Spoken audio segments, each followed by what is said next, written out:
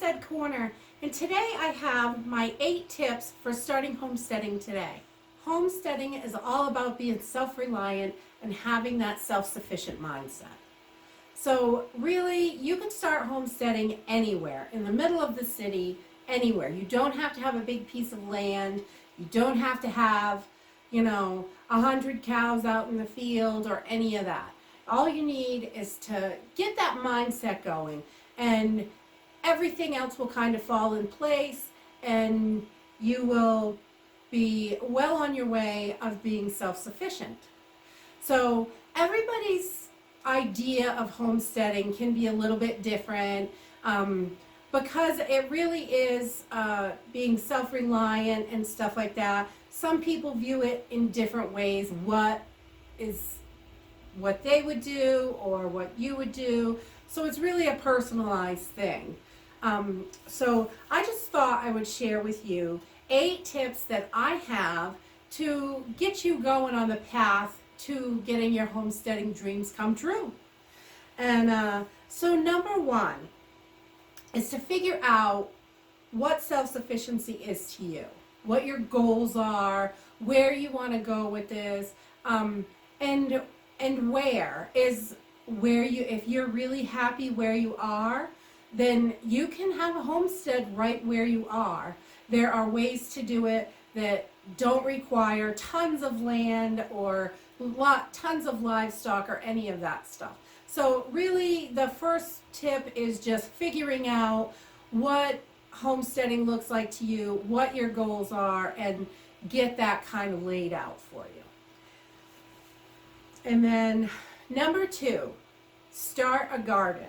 That is the biggest tip I have, is to start raising some of your own food. It doesn't have to be a big garden. If you have a nice big backyard and you can put in a big garden, that is wonderful. But you can start growing herbs in your kitchen window or any sunny window. If you put some little pots, you could, like windowsill pots, you could do a little herb garden in the window. In the summertime, if you live in the city and all you have is a balcony, you can do container gardening, or there is so many ways to just start, and every little bit counts, and one thing at a time, and every little step is going to get you there. Number 3, canning and preserving. So learning how to can food, the stuff that you grow, or preserving it, like if you grow a whole bunch of herbs in your window and outside on your patio or in the backyard, you're going to want to learn how to preserve those for the winter months when you don't have them available fresh. It's great to run out to the garden and clip off some herbs to bring in to make a dish or to add to anything that you're cooking. But it's also important to learn how to harvest those and bring them in and dry them, and or freeze them, or however you want to preserve them.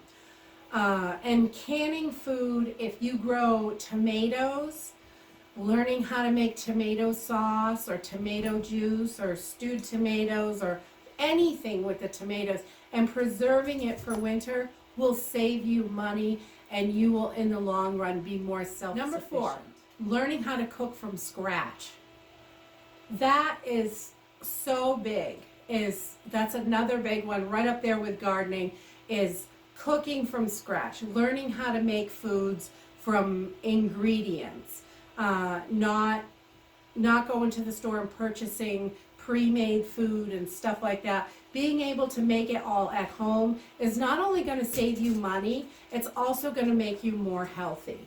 Because when you buy that stuff at the store, it is loaded with preservatives and salt and sugars and all kinds of God knows what. But when you're making it at home, you know exactly what's in it, and you know what you're feeding yourself and your family. So cooking from scratch is another big one. That's something that I think everybody should learn. Number 5, if you have the space, raising chickens and or rabbits is a great idea, because you can get your eggs from your chickens. They're great entertainment also. And I love my silly chickens. And also, if you get a dual purpose bird, they can, after they're done making eggs for you, they also can go and make a nice meal for you, and you can have them in the freezer. So chickens and rabbits are wonderful. They don't take a lot of space. You can do it in a tiny backyard, and you can raise quite a few and produce your own meat, which is a wonderful option because, again, you know what's in it. It's a lot cheaper, and it's really satisfying to do as well. Let's see. Number 6. This is a great tip. Eat seasonally. So if fruits and berries and things like that are in season, eat those.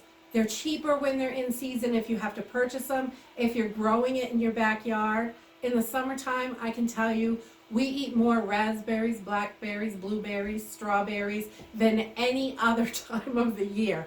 But the kids just go out and graze on this stuff in the yard because we have tons of it.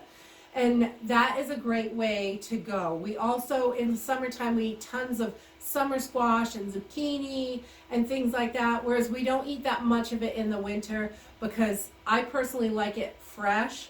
I do can a little bit of it, but I like it fresh, so it tastes better. I really like it fresh, so that's when we eat most of it. And anything that's in season, it's going to save you money. If you have to go get it at the store because you're not able to grow it, you're going to be able to get it a little bit cheaper when it's in season than when it's off season, because then they're pulling it from somewhere else and trucking it to you, which raises the price up because of all the gas. Number 7, this is another great tip, is to barter with your friends, family, neighbors. If your neighbor is growing some beautiful squash and you're growing beautiful strawberries, trade some. It's a great way to go. If you've got something they don't have or that they want and they have something, you can trade honey for homemade bread or something that you're not able to produce yourself or something like that. It's a great way to go. It saves you your dollars for the things that you have to buy. So that is really a great way to go. Anytime you can trade, I definitely recommend bartering all the time, as much as possible. All right, number 8. Start a new hobby that's a self-sufficient skill. Learn how to crochet blankets or sweaters or knit hats or woodworking or spinning yarn. I mean, there are so many things you could do. Learning these skills is huge. They can be big money makers in the long run, and you can really do well at those, and it can supplement your other income so you can spend more time on your homestead taking care of your family and your homestead. Okay, so those are my top 8 tips for starting your homestead today.